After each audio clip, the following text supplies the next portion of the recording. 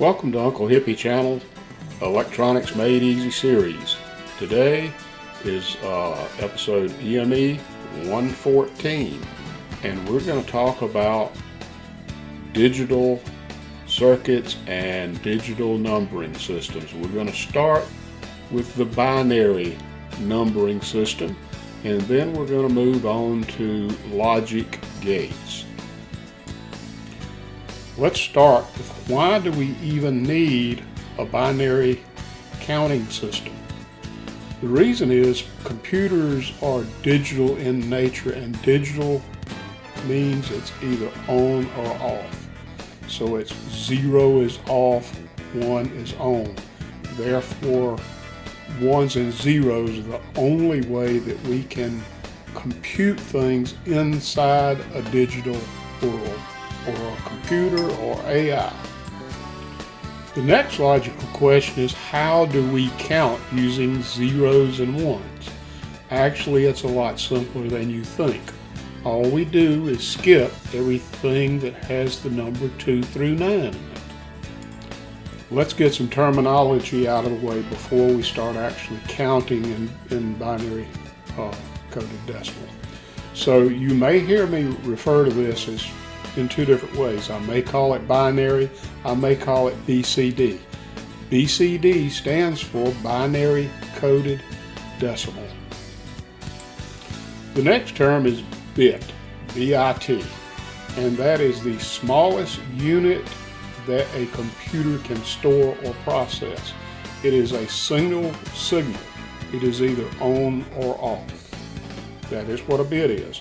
And we're going to start with a 4-bit count, mostly to keep it simple, so it's easy for you to understand.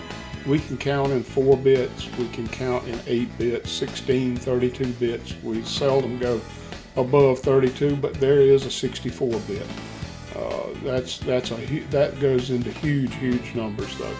So let's start with the 4-bit word.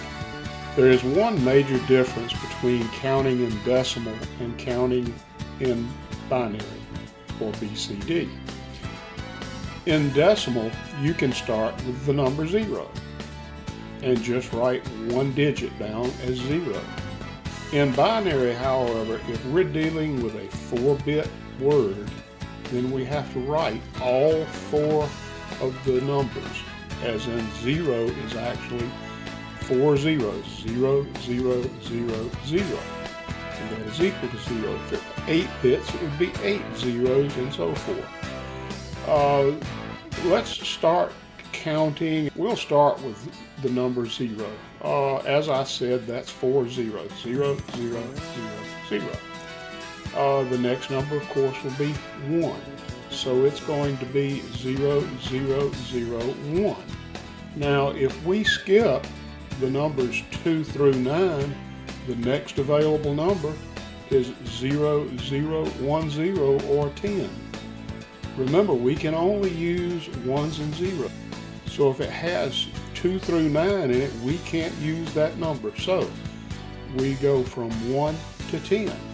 The next number would be 0, 0, 1, 1, because it's the next number that has zeros and ones. The number after that is 0, 1, 0, 0, or 100, because everything else in between has the numbers 2 through 9 in it. So the next one would be 0, 1, 0, 1, or 101. The next one would be 0, 1, 1, 0, or 110, because that's the number that doesn't have a 2 through 9. The next one would be 0, 1, 1, 1, or 111, and so on and so on.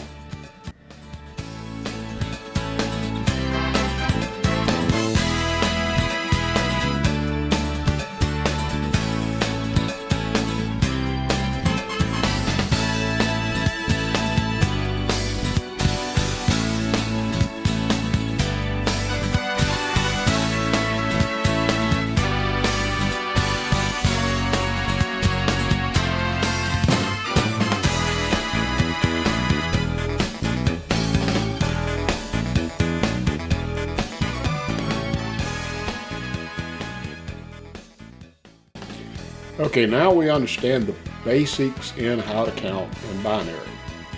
So now we've got to figure out how to interpret the binary. What do those ones and zeros mean? Let's start by learning how we can convert binary to decimal. In other words, we're going to go from zeros and ones to zeros through nines. And we will start by creating a little table that will help us interpret that. Since we're using a 4-bit word, let's start with that in the transition from BCD to decimal. We're going to start with 4 numbers at the top. We're going to start on the right-hand side, moving to the left, and we're going to start with the number 1. And we're going to double it for each block, so it'll be 1, 2, 4, and 8. Those are the 4 numbers that we're going to use for this particular conversion. Again, this is pretty simple. It's not that hard to understand how to do the conversions. If you have a 0, you do not count the number at the top of that column. If there is a 1, you do count that number at the column. And all you do is you take all of the ones that you count, all of the ones that have 1s under them, and you add them together. That will give you the decimal equivalent of the binary number. Let's start with let's do a couple of demonstrations of how this works.